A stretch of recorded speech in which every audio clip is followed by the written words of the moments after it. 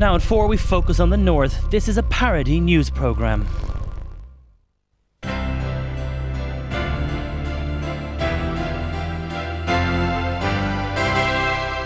now on Pennine, Tom Adams and Shona Lincoln bring you the biggest human interest stories in your region in Focus North.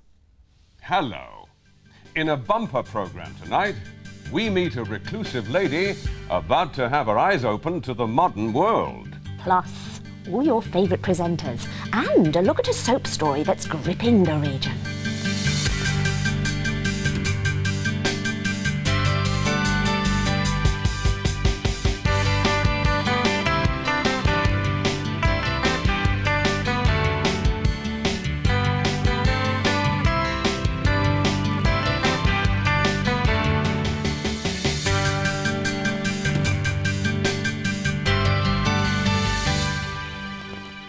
Good evening and hello. We're back again with the Focus North team, bringing local events into your living room. Tonight, we meet an outstanding lady who's been transported from a rustic existence to the bustling bright lights of the modern world. Well, we don't want we taps. House is here, sewers all there. Day I can't manage 2,000 yards, it's day I don't wash. And a showbiz treat. I will be trying to get some sense from famous funny men, Rivers and Roads, about their new book. So let's hope they keep the language clean. That's coming up. But first, need I say more than just 2 words? Millie Tarnwell. Yes, Millie Tarnwell has become a living legend in this region since her discovery by her friend and mentor, PR mover and shaker Betsy Driver. Emma Gelding spent a few rural days with Millie. Let's see it.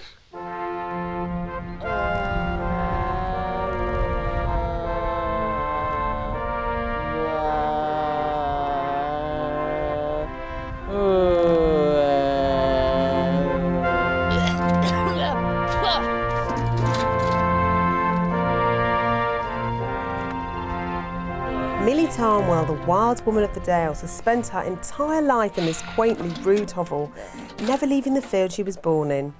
When her mother left after her birth, she was brought up by her father on straw, water and cattle cake, foraging in her natural environment with only her instinct to keep her alive. I went to visit Millie at her isolated farmhouse. Oh, hello, Millie. Lovely place you've got here, isn't it? Absolutely marvellous. Oh, I tell you, it's a bit of a long walk up there. Thirsty work, isn't it? Yeah, so, talking of water, where'd you get your water from round here? Sewer! From sewer! Bucket from sewer! Oh, lovely. Great. So you don't bother with taps then? Well, we don't want we taps. There are many examples of people like Millie, cut off from Yorkshire society. For example, there was a man from Crackley who was known as the Locked Bog Man. He was born and spent the whole of his life in this lavatory and survived on sanitation materials and whatever ended up in the lavatory bowl. And staggeringly enough, he didn't realise that from the next cubicle, the noises were fellow human beings. How old are you now then? Oh, You know. Millie's an old woman now. Oh, yes. She's been here forever. What am I now? I lose touch. Oh, 26, 27 years old. Something like that. Right. Gosh, you are doing well, Millie, I must say. Oh, no. Oh. Millie is so unique. I think people have a lot to learn from Millie. And I intend to bring her up into this modern, digital, mobile phone world. And I intend, enough said, to promote her with the usual things, you know, like baseball caps, t-shirts, tampons, pesticide, Millie Man yolk, a lamb bottle, and obviously the Millie flavoured condoms. They'll be quite popular, I think. It does look quite hard work living around here, actually. Why don't you get yourself a lovely new tractor? What would I want with a tractor? I've got my father's manure and plough. Oh, lovely. What about electricity? Well, I don't see any sign of that either. Oh, when it's light, Nasli, when it's dark. What would I want with electric light? I don't know, you might want to read in the evenings. I've spent a lot of time with Millie and we've become very, very close, you know, and I can assure you we're going to be friends for life. I've got the essence of that woman now, and I actually think that there might even be the possibility of that Millie essence around about Christmas time, lovely perfume, you know. Yes, bless her heart, Millie. Another thing she's given me, a thing, it's a long vibrating thing. Oh, I know what I'd do with that. Local boy band Sorted are riding high in the charts with their smash hit, What Would I Want With? The song features a sample of Millie's famous catchphrase. Betsy Driver, who is both Sorted and Millie's manager, has arranged for them to meet on the first date of Sorted's Yorkshire tour. Respect to the crew. What would I want with? Big up respect to the crew. When you told me you were born in a field, what you told me I couldn't believe. I said, listen, girl, and get with the program. I know what you want is me. You are the first one woman. You live so simply. And when you saw the world, the only thing you said, what would I want with? What would I want with? What would I want with? Since meeting the boy band Sorted, she's become quite the gay icon, you know. She's in great demand in all the gay clubs. Now, her catchphrase, what would I want with, is being quoted in every pub in Britain. Oh, and even children have taken her to her hearts. They've coined the phrase, a Millie. Now, a Millie, apparently, is someone who's a little quaint, a little bit odd, but in a very, very nice way. This is plain and simple exploitation. Focus North and Betsy Driver are not doing Millie any good. Look, what we're talking about here is a poor, simple woman with little or no contact of civilization who is suddenly catapulted into this mad, depraved world of Warpdale. It's sure to do Millie no good psychologically at all. What would I do with Millie? What a cunning, little, devious media manipulator she really is. In all the papers, on television, in radio, she is worldwide and not worth that. I'd put her down. Well, I'm actually going for total blanket exposure at the following events. There'll be a kabaddi tournament, bare knuckle fighting, now that's always very popular, and of course stock car racing. Now, Millie's gone to a new exhibition at the local art gallery. Now, it's a very good opportunity for her because there will be a lot of influential people there. Millie, yoo-hoo, over here, love. This is Mr. and Mrs. Winterton. They're the patrons of the art gallery. Hello, Millie. I see you and my daughter have a shared interest in Sorted. Mind you, she's a good deal younger than you. If you don't mind me asking, Millie, how old are you? What would I want? How old are you, Millie? No, Millie, no. She's 27, Clive, isn't that marvellous? What would I want with 27? Millie? What do you think of our pictures then, Millie? Are you a bit of a closet art fan? Oh, yes. I like pictures. I've lots of pictures at home. Lots of pictures of Sorted at home. I get out all my pictures. And I get out that vibrating thing. This vibrating thing, what Betsy bought me. I'd like a bigger vibrating thing now, Betsy, if that's all right. Get this out, and I look at me art pictures of Sorted, and I get it out, and I give myself a right. At the moment, I'm marketing a new chap. His name's Al Brewster. He's Yorkshire's finest drinker. He's a chronic alcoholic with only a few months to live, but I am working very fast on that one. Now, unfortunately, we did find that the best thing for Millie was to have her sectioned under the Mental Health Act. Wow, what a marvellous, fascinating and courageous woman. An example to us all. Someone we can all learn from. But then that's the Betsy driver we've come to love and know. Millie, on the other hand, rather than living in this squalid farm, has begun her rehabilitation back into society. Yes, she is being loved and cared for in a mental home with other like-minded friends. So, all in all, a happy ending. But let's remember Millie in her natural habitat, the noble wild woman who helped the Focus North team out of a sticky situation. Come on, Millie, you stupid old bag. You bloody country bumpkin, I'm not spending my night in this bloody field. I said, come on! Bloody useless. When you've got them bloody friends. You enjoy being here with you, you stinky old hag. So, a success. Great! Wasn't that great, Tom? Oh, one for the ladies there, I think, what? After the break, the local soap opera that's causing trouble by using a real-life tragedy as a basis for its storylines.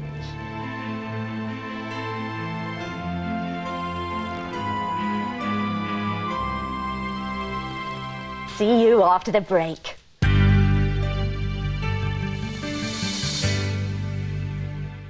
This is an everyday object. Can you tell what it is? We'll tell you after the break.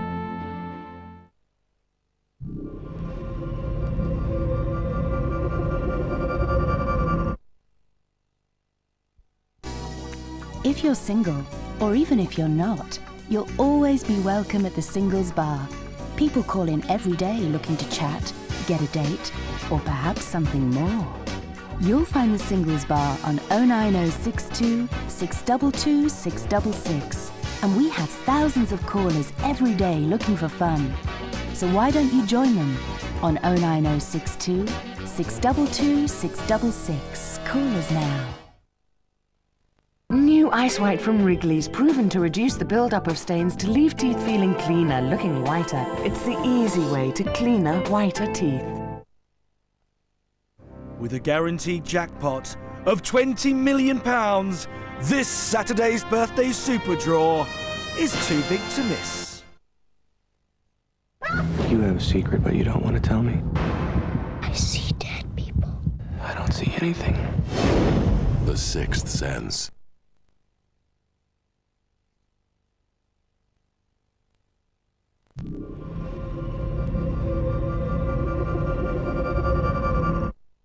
We asked you which everyday object this was. It's a Slug's bra and panties set. Welcome back. Coming up, we look at the Pennine TV soap opera Three Peaks, which has stirred up a bit of a storm in the Warbdale region by being a bit too close to the truth.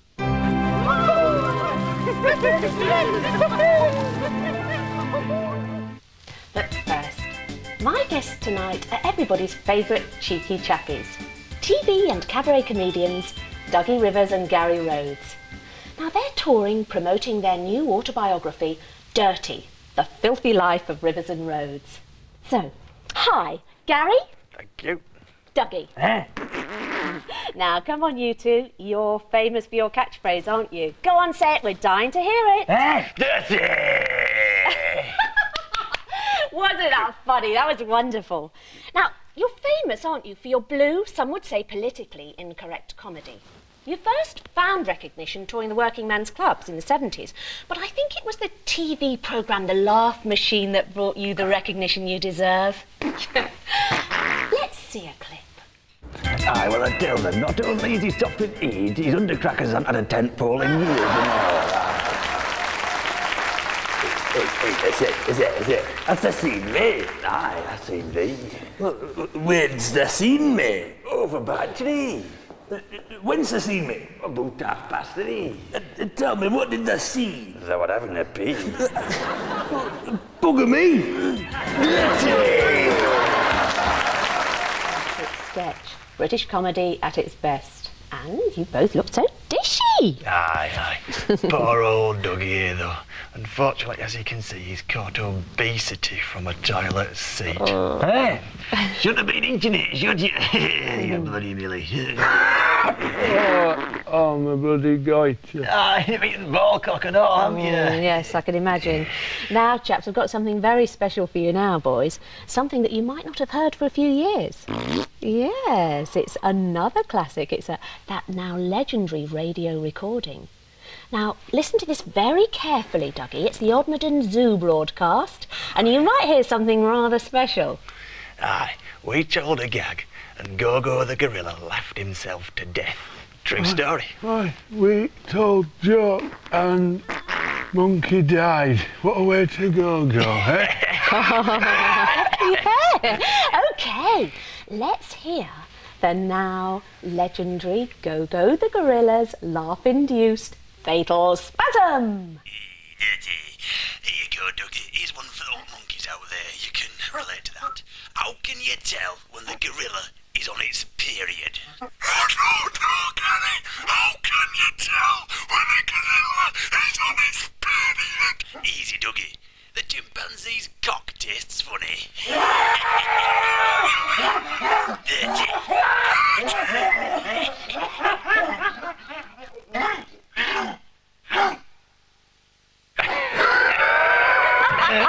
There he was, your own perch, and he fell off and he fell down on his and then he did, wouldn't he?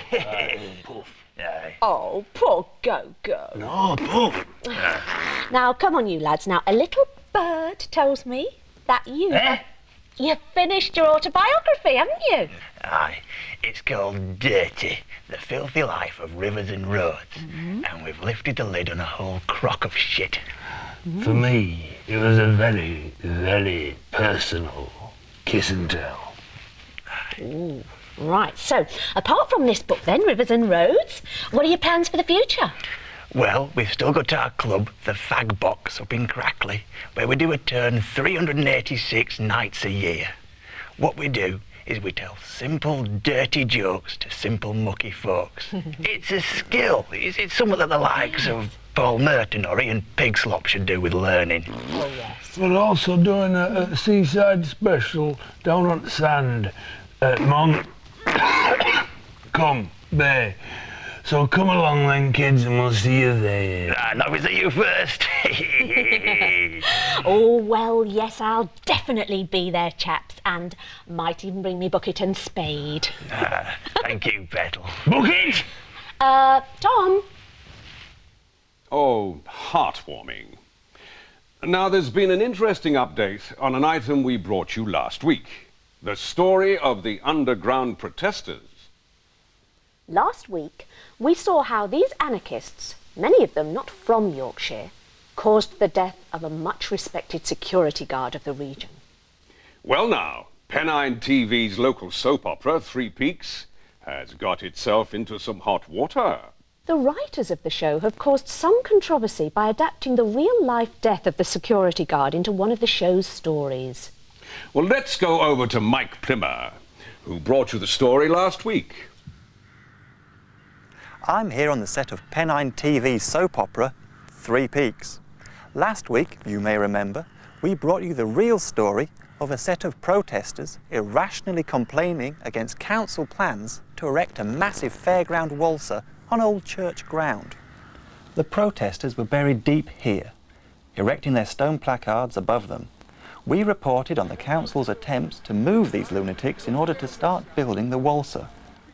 The builders met strong opposition but finally reached their goal, but not without a price. I've got it! This is Tash Oafley, security guard for 25 years, respected community man, family member and Yorkshireman.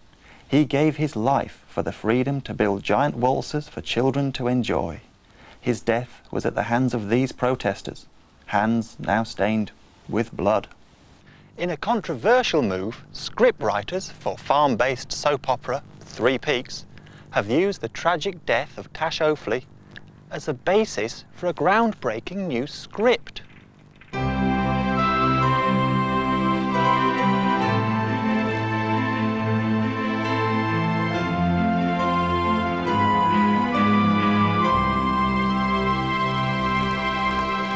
Set on Wrinkle Dug's farm, every weekday millions tune in to enjoy the everyday lives of Three Peaks characters, such as Leslie, Frank and Squire Crackkick.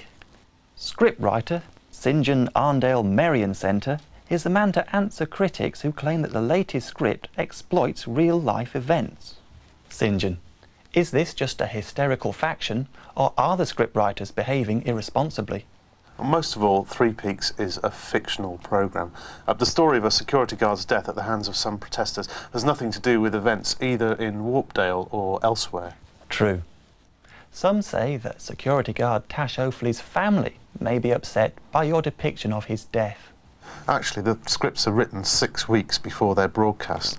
I came up with the idea of that story way before Tash O'Fley's rather convenient death. I and the legal staff at Pennine TV are actually considering suing the family of Tash O'Fley for breach of copyright. Tash broke the law when he died. I must say, I also found it terribly contrived.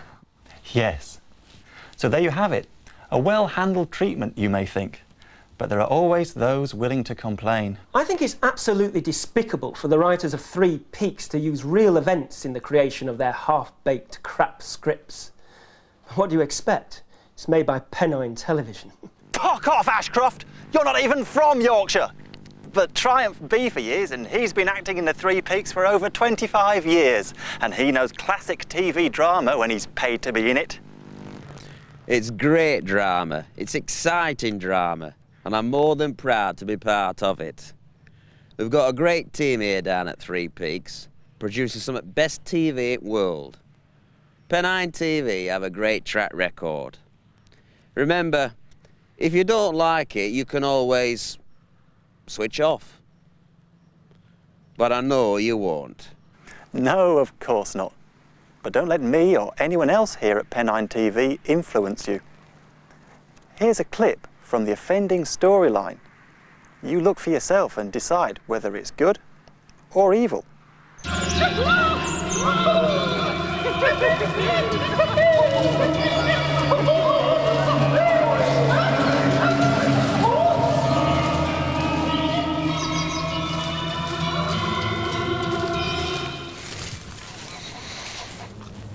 That's better now then, Leslie. Now then, Frank, I think it's about time we brought these Yorkshire Scare Geese in for milking. I think I'll leave it an hour for that, Leslie. No, 2 hours would be better, Frank. You know what happened when we left it 2 hours before, though, don't you? Yield were down. But 2 hours would be all right. No, Leslie, it's got to be 1. All right, then 1 hour. Tell you what we can do. We can leave it half an hour, and then another half an hour. Oh! Try crack kick! All hell's broken loose in the village. Those anti-ghost train protesters. They've captured all of the security guards and are killing one every hour until that blasted building work on the ghost train has stopped. They've even butchered 2,000 of them. I just managed to get Beard Overley out in time before they castrated him. Could this be the fable coming of Farmageddon?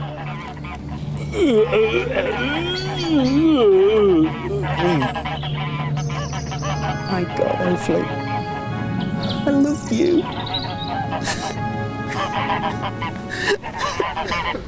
Tell you what we'll do, Leslie. We'll leave it 3 hours before we bring in Yorkshire Scare Geese, all right? No, it's got to be 1 hour, no more. I've told you before. Go on then, 1 hour it is. So there you have it. Proof, if ever it was needed, that Pennine TV's Three Peaks is great quality entertainment. The death of Tash O'Fley was a tragedy, but let's not point the finger of blame at Pennine Television. We are a company devoted to making high-quality, entertaining and informative programmes such as Three Peaks, and indeed, Focus North. Personally, I can't wait to find out what happens in the storyline as it is. So, as you always know, Shona, I'm not really one for the birds, so it's back to you. I love watching soap operas, don't you, Tom?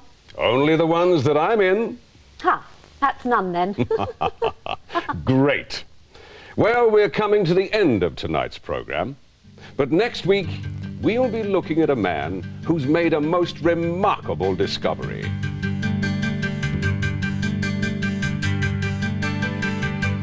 Plus, Pete Wardy will be investigating the unspoken history of Warpdale. In the south of Warpdale, it is hot-blooded and expressionist. A greeting in this southern style may be continental, like so. Henry! All right. So, for the stories that surround you, Focus North. Good night. Good night. Come on, press up. Oh, I love it. Next on Pennine, our travelling archaeology team, the Time Wasters, visit a dig at the village of Ducky's Perm. Here they unearth prehistoric fossilised remains of enormous predatory monster trucks. Could these creatures that drove the Earth 20 billion years ago be the ancestors of today's flightless vans? Find out next, only on Pennine. Could this be the fabled coming of Farmageddon?